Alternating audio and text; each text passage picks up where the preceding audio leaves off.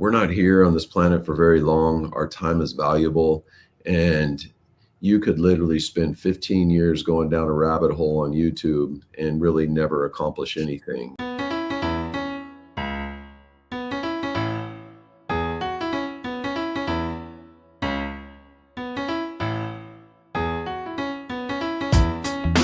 83% of Americans identify as not very happy, which can hold you back and negatively affect your relationships and your business.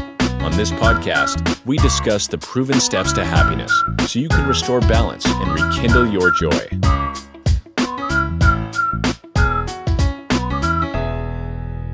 Welcome to another episode of How to Be Happier for Entrepreneurs. Today, we've got my buddy from the other side of the country, Portland, Oregon. Welcome, Jeff Patterson. How are you? Hey, I'm doing great. Thanks for having me.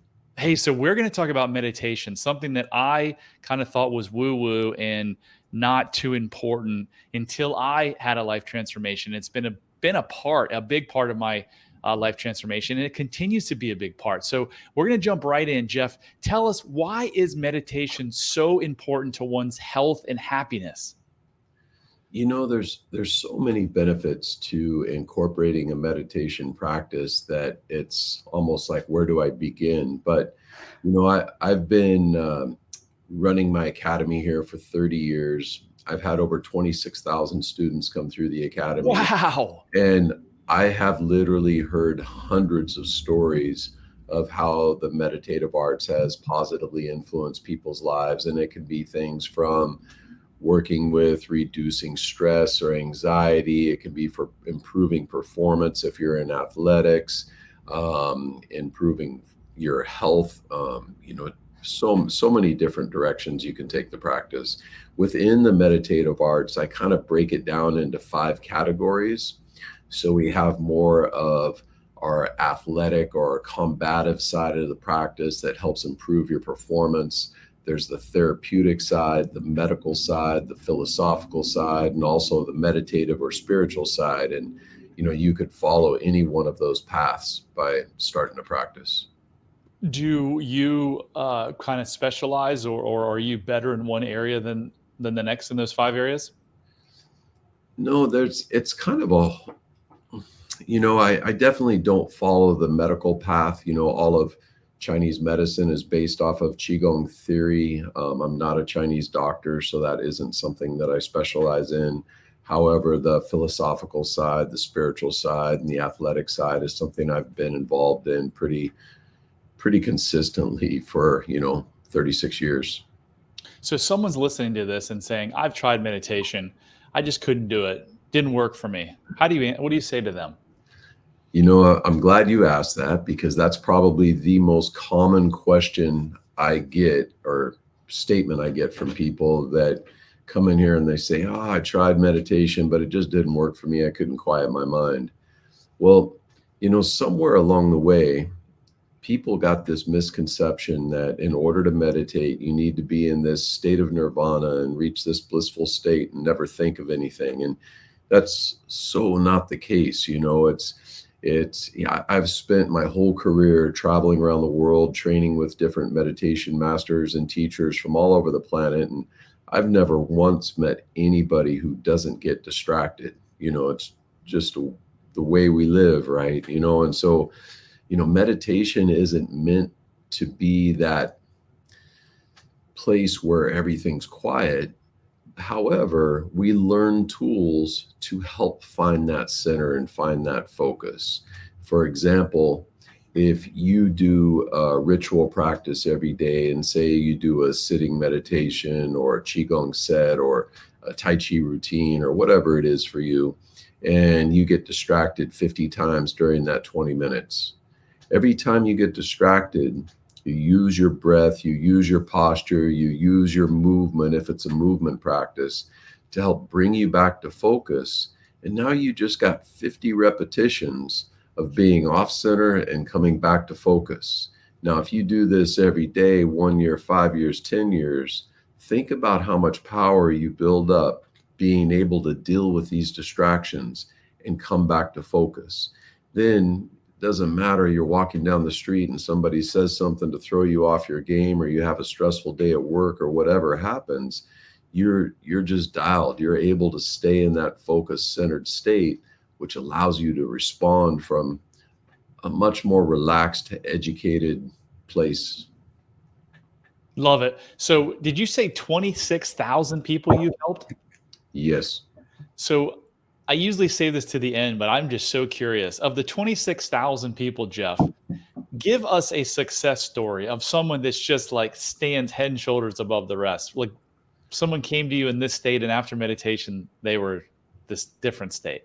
There's been many of them. However, I always think of, when people ask me that question, this gentleman named Bill, who started with me 30 years ago when I first started my academy. And at the time, he was in his early 50s, and he had a really high stress career. I mean, this guy was literally as stiff as a 2x4. He used to come in and he wanted to learn sword fighting. And after a couple of weeks of knowing him, I was like, Bill, we got to put the sword fighting on hold for a while, and you should really start doing some meditation and some Tai Chi. And I think it'd be really helpful for you. And, after a couple of years, his whole physiology changed. He's still doing it 30 years later, which is a testament in and of itself. But just stories like that and seeing how it transforms people's lives is what's made me so passionate about trying to get the message out there. Yeah, so I probably started meditation in earnest 3 years ago, and I've been doing yoga on and off. And about a month ago, I committed to doing yoga almost on a daily basis, and I've been doing a great job. And I'm noticing in yoga and in meditation, the more I practice, it's just like with anything in your life. Like my breathing is getting better, my postures are getting better. Like my mind is more quiet, more present, and can you just speak to that? Like for the person who says, oh my gosh, my mind's racing, I'm always going. If they just stick with it, just like anything, isn't that going to get better and better each day and each week? It does. And it is something that builds momentum, and through the years, I've seen, like I mentioned, a lot of people coming through the academy. And one of the things that I've noticed, and I can say with pretty good confidence, is that usually when somebody new comes to the practice, I always tell them that they want to integrate at least a 20-minute a day ritual of a meditative practice. If they do this, and they also integrate some active practices, which are things that you can do when you're walking down the street or standing in line at the grocery store, there's just ways to integrate some of these mindset training tools, some of these breathing techniques into your day-to-day activities, so it becomes more of a way of life. But if they do this minimal level of commitment of a 20-minute a day practice, integrate some of these active practices and maybe some of the philosophical practices, and they stick with that for a year, I bet 95 to 98% of those people will do this practice for the rest of their life, because they'll see so many benefits from the training that they'd be crazy to stop. The ones that don't stick with it, or the ones that don't find that discipline in the beginning, they're a little bit uncertain. They don't have a strong why as to why they're being drawn to the practice. And, you hear a lot of those stories too. Not everybody's successful with the practices, I'm sure Sure. but if you are thinking about taking on a meditation practice, one thing that I can say is that what's really worth your time is, in the beginning, sit down and really think about, why do you want to take on the practice? Do you want to stay around longer to watch your grandkids grow up? Do you want to improve your stress levels? Are you dealing with anxiety? Do you want to improve your performance on the field if you're an athlete? Whatever that is, and really think about why that's important to you. So that way, tomorrow morning, when that alarm goes off and it's time to do your ritual practice, you're not so tempted to hit the snooze button and say, I'll do it tomorrow. You have a reason to get out of bed and make it happen. And if you do that, it'll be one of the best decisions you've ever made. Jeff, I think that's good advice across the board, right? Why do you want to get married? Why do you want to lose weight? Why do you want to take this job? So many people do things because of familial expectations or society, and the why behind stuff is so freaking important, so important. So that's great. Great advice. Look, you know a gazillion times more than I do, but I remember something fascinating that I read a couple of years ago about they studied monks and people who meditated for hours and hours a day, and their default mode network, and maybe you can speak to default mode network, was turned really far down. And I know the opposite of that is people with depression and anxiety often have their default mode network turned really high. So is that that's just one of the things that sticks in my mind. Is that one of the most beneficial kind of mind health things that come from meditation? Or is there something else that you could speak to that, yeah, this is what will happen in your brain and body when you regularly meditate? Yeah, so I think what would answer the question with the most thoroughness would be to talk briefly about what I call the five regulations. And within these regulations, there are the core fundamentals of any meditation practice, whether you're doing Tai Chi, Qigong, yoga, sitting meditation, standing meditation, it doesn't matter what it is. And they are regulating the body, regulating the breath, regulating the mind, regulating the energy, and regulating the spirit. Briefly, I'll go through and describe these so you have an idea what I mean when I say that. When I say regulating the body, think about a time where maybe you're sitting down at your desk at a computer for 3 or 4 hours and your shoulders round forward and your neck starts feeling sore and you're feeling very lethargic. And then think about another time where the most important person in your world walks into the room and your body perks up and your energy's strong and you feel great. This one idea of how our overall physical structure and our alignment can affect our mental, emotional, and physical standpoint and energy is huge. And so it's kind of like one of the first stages in a meditation practice is, how do we regulate the body? How do we adjust our skeleton so we're always performing at our best physical ability? And then we have regulating the breath. Regulating the breath is a lifelong practice. It's very complex. There's literally, Qigong is often referred to as the science of the breath because there's literally hundreds of different breathing strategies and different ways that we use the breath to get different outcomes. And because there's so many different breathing strategies, we broadly categorize them into yin methods and yang methods. Yin methods are often deeper, more holistic style of meditations, like the embryonic breathing or circulation patterns that we'll do. And what I mean by yin breath is, if you ever listen to somebody sleep, their natural breathing pattern is a longer inhale and a shorter exhale. And this is the body's natural way of bringing your conscious mind into your subconscious mind, which is where we are when we're sleeping and dreaming. So if we want to emulate that style of breath with our meditation practice, we can do longer inhales, soft retentions at the end of the inhale to help bring that energy inward. This is great for stress reduction, for dealing with anxiety, for improving focus. And there's lots of reasons why we would do this. Then we have the yang side. Jeff, can I ask you a question on that? That's fascinating to me. You're saying when we sleep or when we want to get into a meditative state, a longer inhale, a shorter exhale? That is a yin style breath when we're bringing the energy inward. Yes. So some of the meditations I do from Expand, I'm blanking on their name, but the Monroe Institute talks about lengthening your breath to get you in a sleep state. Is that something different, or are they just incorrect in what they're advising? Well, so you can work on deepening your breath, and that is, that's one of the benefits of doing breath work, is we start to use more of our lung capacity, because the average person out there, I read once, uses 40 to 60% of their lung capacity, which is horrible. And, when you start thinking about every day, the human body has millions of cells that die and that are replaced, and we're constantly rebuilding our bodies.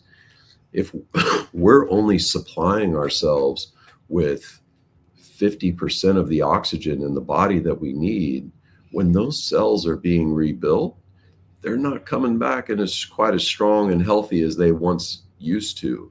And, you know, they did a study at Harvard Medical School where they took a fair amount of elderly patients who were suffering from dementia, and they put them in oxygen chambers and had them practice deep breathing. And in a fairly short amount of time, all of them noticed up to 30 to 40% improvement in their memory capacity. So Wow. one idea of learning how to use more of our lung capacity through breath work can be huge in our, you know, our overall mental health and as we age.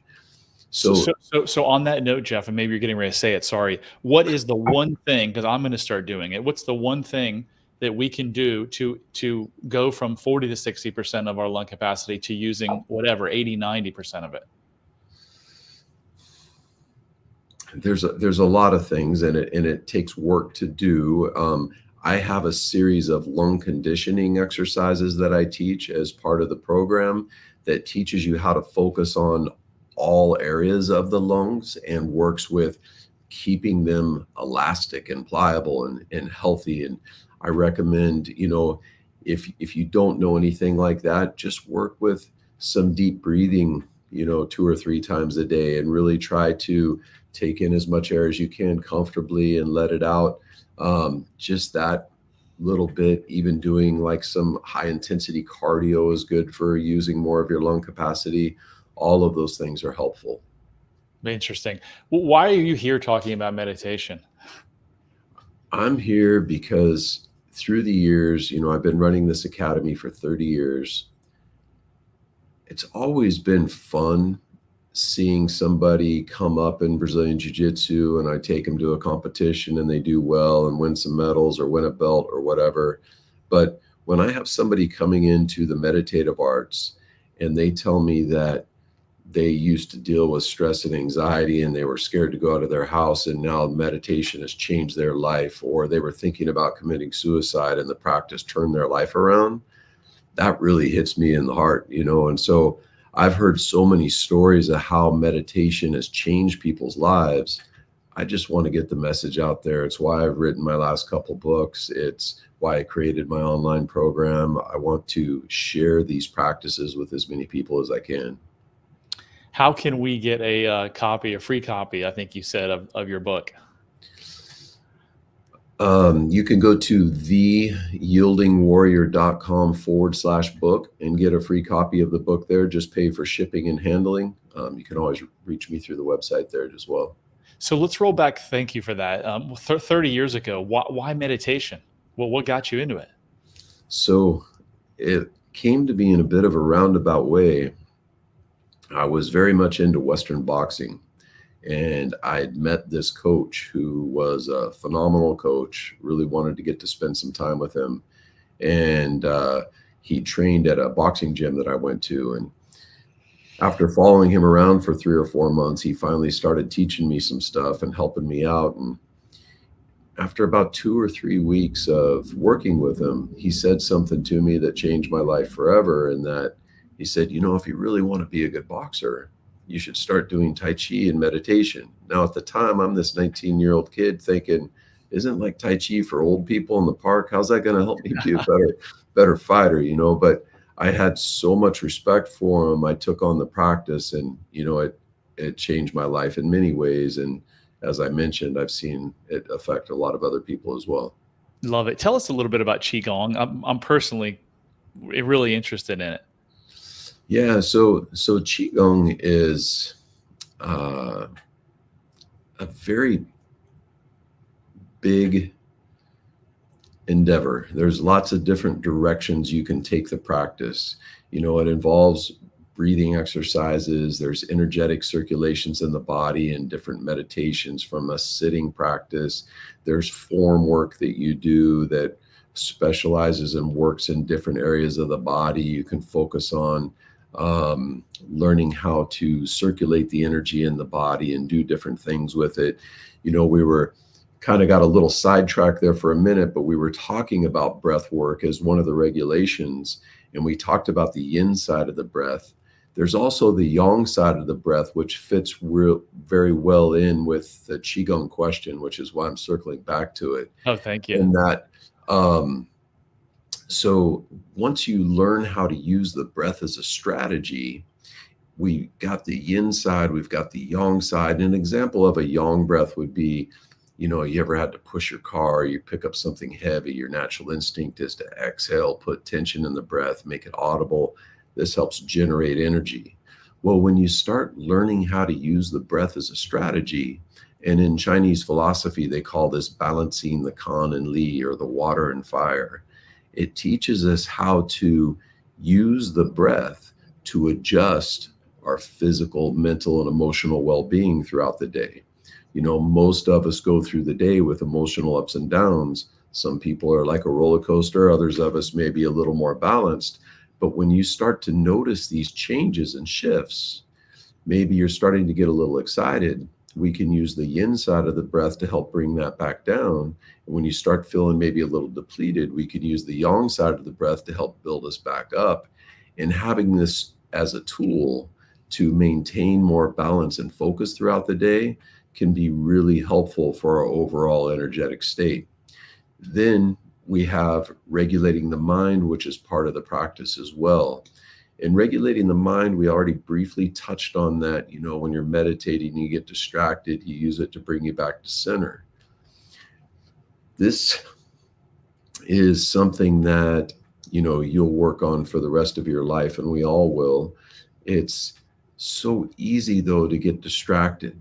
There's this story that I love about these two old monks, and they're walking down this dirt road after a big rainstorm, and they come up to this big mud puddle, and on the other side of the puddle is this beautiful lady, and she's standing there in a white dress, and the older monk yells across the puddle and says, "Ma'am, are you okay? Is there anything we can do to help you?" And she says, "Yes, I need to be somewhere, and if I walk across this puddle, I'm going to get my dress all dirty." So he rolls up his pant legs and he walks across to the other side of the puddle and picks her up, puts her on his back, takes her to the other side, sets her down, and she's off on her way. Well, him and the younger monk walk a couple miles down the road, and the younger monk is just furious at this point. He says, we're not supposed to touch ladies, but yet you did back there at the puddle. And the older monk looks down at him and says, "You're still thinking about that lady? I left her back there at the puddle." And, so many times in life, we get stuck 2 miles down this road where we're stressing about things that we should have let go back at the puddle, and it's learning how to recognize these imbalances by incorporating meditation into our life and improving our awareness. We're able to see these things when they first get out of balance rather than 2 miles down the dirt road. And so this is like the third pillar in those 5 regulations. The fourth pillar is regulating the energy. In regulating the energy, we could literally talk about for hours. It's basically, with a lot of the meditations we do different energetic circulations. We talk about bringing the energy inward to the bone marrow or outward towards the skin to get different results. And we'll use this. And as you have developed a high level of regulating the body, the breath, and the mind, then regulating the energy is easy. And then the last regulation is regulating the spirit. And regulating the spirit, if you are a monk or you're somebody who lives the meditation lifestyle and that's your whole life, usually the ultimate goal is working towards that stage of enlightenment. For me, I've traveled around the world many times and trained with some amazing teachers. I've never once met anybody who's enlightened. I don't know if it's even possible in today's society, but that's the basics of the 5 regulations. And that's the fundamentals of Qigong. Everything comes from those foundational principles. Now, within the Qigong practice itself, there's so many different practices. I mean, there's hundreds of different Qigong forms. There's, all, like I mentioned, all the breath work. There's the philosophical side of the training, the medical side of the training, the spiritual side. I mean, there's really it's a big can of worms to get into that. So for someone like myself who's interested in finding out more about Qigong specifically, what would you recommend I do? The most important thing with Qigong or any form of meditation is to find yourself a good guide. There's we're not here on this planet for very long. Our time is valuable, and you could literally spend 15 years going down a rabbit hole on YouTube and really never accomplish anything. And I've actually seen people come into the academy who have said they've been doing this audio program or this video program, and they'll come in here and they'll realize, after having somebody who has had a guide and have been able to help them, that after 15 years they've accomplished what somebody else did in 6 months. And it's worth your time and energy, one, to have the right direction, because when you go on to YouTube and you look at a video, if that's your source of education, there's so much out there. You don't even know what it's about or why you're learning it or what the benefits of, or sometimes some things could be maybe before you're ready for them too, and might not be the best for you to do from a health standpoint. And so it's very important to have somebody help kind of guide you along. So on that note, Jeff, how, or why I should say, is the Yielding Warrior program, your program, different than other meditation programs? Well, I can't speak to all the meditation programs out there because there's so many I don't even know. One of the things that I have done that seems to be different to me is that I'm looking at meditation from a holistic perspective, and I'm not focusing on this form of meditation or this movement practice or this movement practice.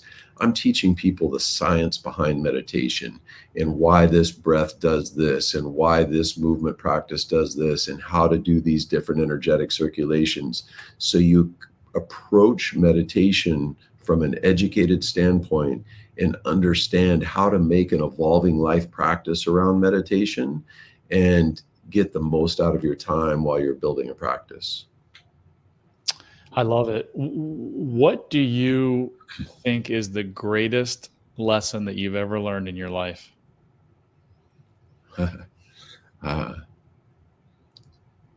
Something that my old boxing teacher told me once a long time ago. He said, "You want to create a life, not make a living." And, I was the first kid in my whole extended family to go through college. I got 2 degrees. Everybody's expecting me to go get some big, important job doing something important. And, I remember this was back in 1994, telling myself that, even if I only make $30,000 a year, if I do what I love and I'm happy about it, that's all that matters to me, and I followed that passion, and I never would have thought it could have turned into what it has. However, it's following that passion is what's made my life so great in many ways. That's beautiful. Yeah. So I got into real estate 22 years ago or whatever, to make a lot of money because I thought that would bring me peace, joy, and happiness, and I thought it would prove something, because I didn't feel worthy at the time, and a lot of things have changed in the last 3 years where I do feel worthy, and now I know God put me here to do the work that I'm doing, to be a healer just like you are, and it's so freaking rewarding to be able to wake up every day and do exactly what you love to do. I'm trying to impart that wisdom on my 17-year-old daughter and 22-year-old son, because they grew up most of their lives with this hard charging father who was like, you can't do that. You can't go work there. Like, you're not going to make enough money.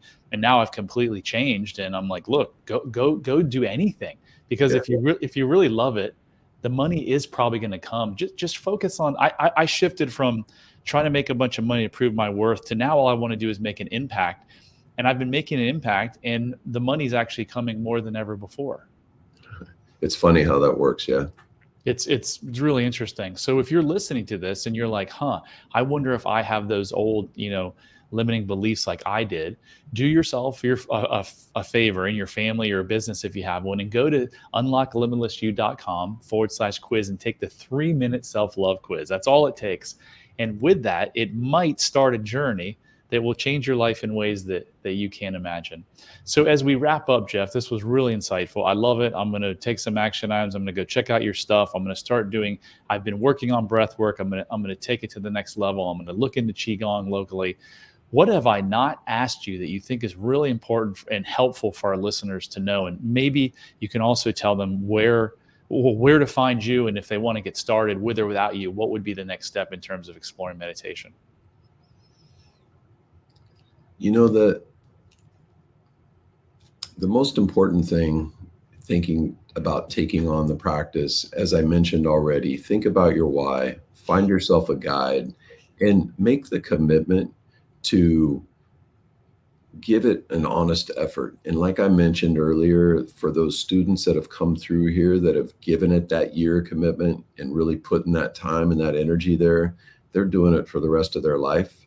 There's something to be said for that. While that first year might be a little bit challenging, if you see so many people that follow that path and then stick with it for the rest of their life, there's something to be said, and there's a reason why they're sticking with it. And so, you know, not everything in life is easy, but if you put the time and energy into it, it'll be one of the best things you've ever done. You know, and if you're looking for help on building a practice like that, my online program's available at theyieldingwarrior.com. I also have a teacher training program up there for those of you that maybe own a yoga studio or a martial arts studio, and you're looking to add another pillar in your business that reaches a different clientele, because, you know, people that are doing jujitsu, or if they're doing stronger yoga, are a different crowd than the ones that are looking to come in and do a meditation practice or Tai Chi and Qigong. And, you know, here at my academy, just my meditation program generates about $40,000 a month. And so it's a great, pretty strong pillar here at the academy.